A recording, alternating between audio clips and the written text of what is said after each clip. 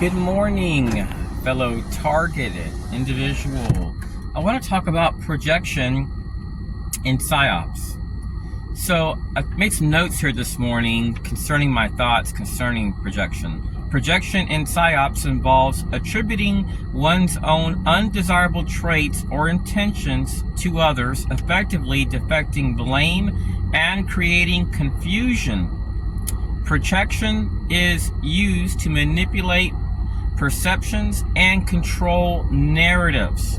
So the first strategy that I've noticed the enemy utilizing on me is blaming.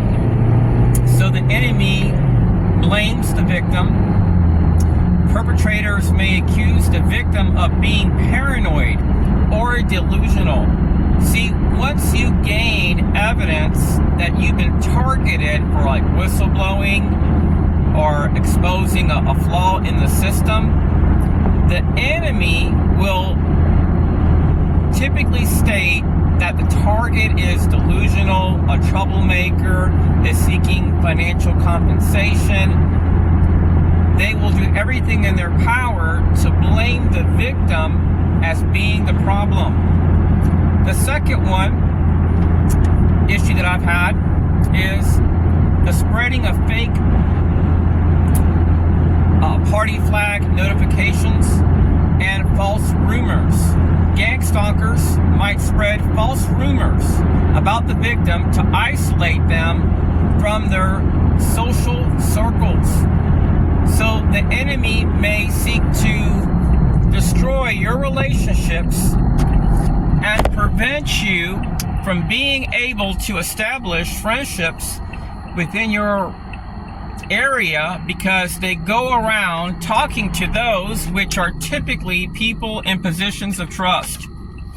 They also like to create confusion.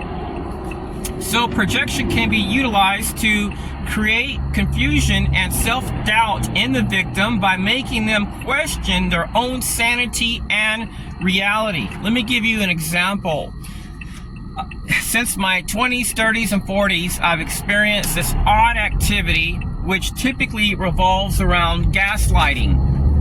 So the enemy would come into places and just pass by me and say "spick," or they would get behind me. Hold on one second. This guy's flashing his lights at me. I don't know what his deal is. So the enemy would present a pattern or a practice which was done to instill fear, anxiety, and even paranoia, because let's face it, if you're being followed around by somebody that you do not know and they're presenting a pattern or a practice, and you go to cops and nobody will help you, and they say, oh, it's a legitimate activity, we can't do nothing about it, it's a civil matter. And let's say it stops for a little bit, then all of a sudden you have people walk up to you, and then the exact moment they're about to pass by you, they go, "Psst." Then the next day it's somebody else, then the next day it's somebody else. It can have you questioning, is that a perpetrator? Or let's say somebody walks past by you every single day as they're jogging nearby this lakeside park, and the exact moment you pass by this certain area, somebody whistles extremely loud, but only the exact moment they're like shoulder to shoulder with you. Then the next day it's somebody else, then the next day it's somebody else. Well, you may have a hard time trying to figure out who's doing this, why they're doing this. Well, I found out who was doing it in my case. In a few states, this group was outsourcing to veteran groups. See, our enemies, fellow TIs, that are doing this clandestine activity, they can outsource to veteran groups chartered by Congress. They can outsource to the U.S. Army. And some of these activities are not shared with the Gang of 8 or Gang of 4, which have some oversight through Congress. So a lot of these activities are discreet and they're based on discretionary actions. These discretionary actions, which occur even in a small town or mid-sized city or large city, sometimes are based on the utilization of partnerships So in Texas, I dealt with the Citizens Corps programs. I'm not saying that's the case for me here in Florida, but in Texas, it was severe. Our enemies would slander me and other targets as being something that we were not, so that way we would be targeted. So our enemies like to create states of confusion for the target, where the target wonders, is this person harassing me, or is it a coincidence? Now, the enemy likes to not take any accountability, so they deflect responsibility. The perps may project their own guilt and responsibilities onto the victim, making it seem like the victim is to blame for the harassment. Let me see. Let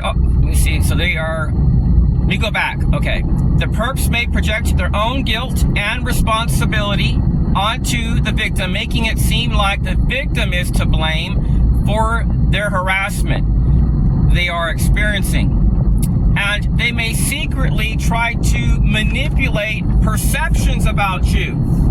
You ever wondered why we have, in like literally every city, we have registered sex offenders? Well, I don't know any TIs that are registered sex offenders, killers, rapists. So why do we get treated like terrorists and pedophiles when we are not on any list? Think about it. Why are we documenting people with U.S. government tags? And if you are documenting such, typically when you document that, it's because they are preparing to do something in proximity to that area. Let me give you an example. One day I went outside to throw out the trash. The exact moment I went outside to throw the trash, seconds later a man parks in my driveway, reverses, and he has a U.S. government tag. Days later, it happens again. One day I'm biking and I'm getting close to the front entrance of the residential area where I live at, and guess what happens? A U.S. government vehicle pulls off the side of the road. It's a blue vehicle. Days later, I'm harassed by a group of people all wearing blue that are all 8A business vendors, and they're all veterans, and they're all wearing blue.